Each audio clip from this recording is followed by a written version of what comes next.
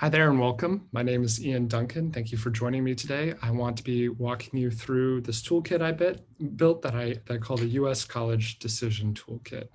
So fundamentally, the purpose of this is to really take a lot of the decision-making steps that are involved in the college search process and be able to give a little bit more analysis to them, a little bit more metrics behind them, so that it's easier to sort of come away with a clear line of decision-making from looking at salary, potential salary, through looking at where you want to go to school and ultimately what it takes to get into the school once you found some that you're interested in. I think this is even more important during this era of COVID, where things, such as the value of higher education, rising tuition costs, and ultimately, the talks about impending student debt, those kind of things become ever more important as you're looking through it. So my hope is that this toolkit gives a little bit of background and clarity to that decision-making process. So as you see here, we start out and we start sort of at the very top line thinking about what is that ROI that you get from school. And fundamentally, I think it is ultimately a salary consideration. When you're looking at your life and potential careers, you want to be able to analyze what are the potential salaries that you could get coming out of this decision to go to school. So looking at the top right here, we've got median salary by degree. So going down, we can scroll down, we can pick our topic area that we're most interested in, from engineering, nursing, finance, geography, drama, music. And as you can see, it's built so that as you go down further in the list, you have a lower average starting median salary in pink and also a lower average mid-career median salary, which is highlighted in yellow.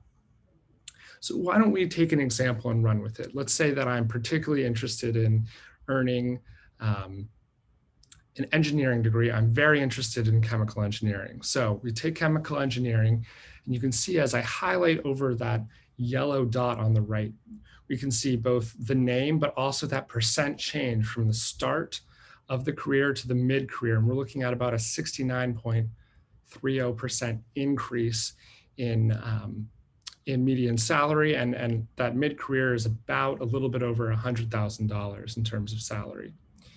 In addition, we can see the average percent increase across all degrees in the salary to mid-career.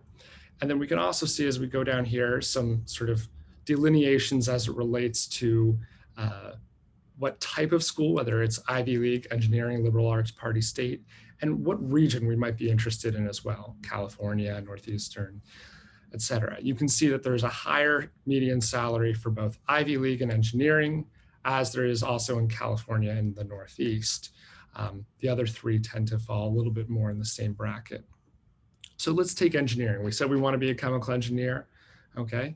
And fortunately, that's got a pretty high salary. We also see here that, yep, engineering degrees and engineering schools, I should say specifically, have quite a bit of a high salary as they go through the career.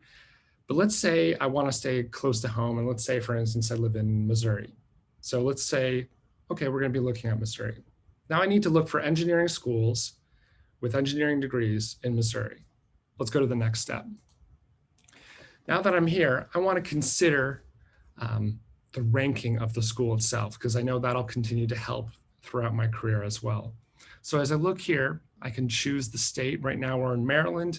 You can see some of the best schools and the top ranked schools in Maryland: Johns Hopkins, University of Maryland, College Park, and Baltimore campus, along with the yearly tuitions. But we said we want to go to Missouri, so let's take a look at that. You can see we've switched to Missouri. We have the average university ranking here on this interactive map.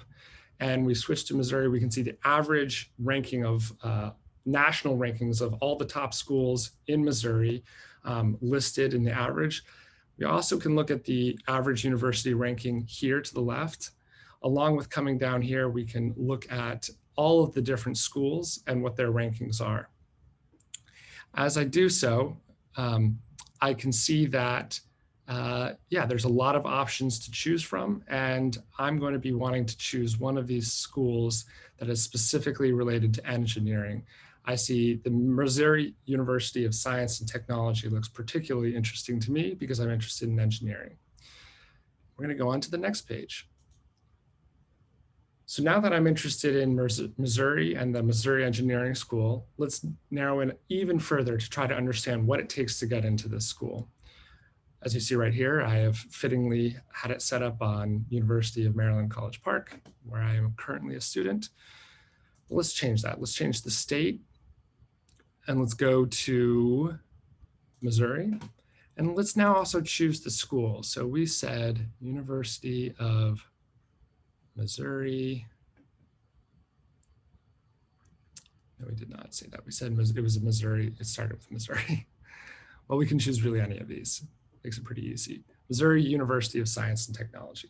So that's what we want to go with for our engineering degree.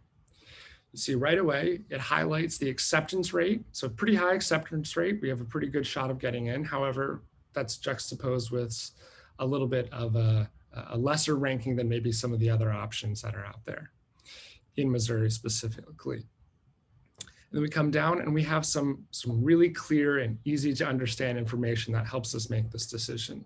We have the average needed SAT score, average needed ACT score, and also the average needed GPA. Now, clearly these are averages, and as such, they fall within a pretty wide range. So what I urge everybody is to then go on to the next step, is use this tool as a decision-making starting place. And from there, go on to the different colleges once you've been able to dig a little deeper dive into what you're interested, where you want to go, and what colleges are interesting to you, to really get into the heart of, what are the admission needs for that individual university or college. And then finally, this data came all from Kaggle. It's the university statistics data set, along with where it pays to attend college data set, both linked here if you're interested in looking at it more. And again, ultimately, the purpose of this was to give a clear metrics-based starting point for prospective students as they go to consider enrolling in college. Thank you so much. Thank you for your time.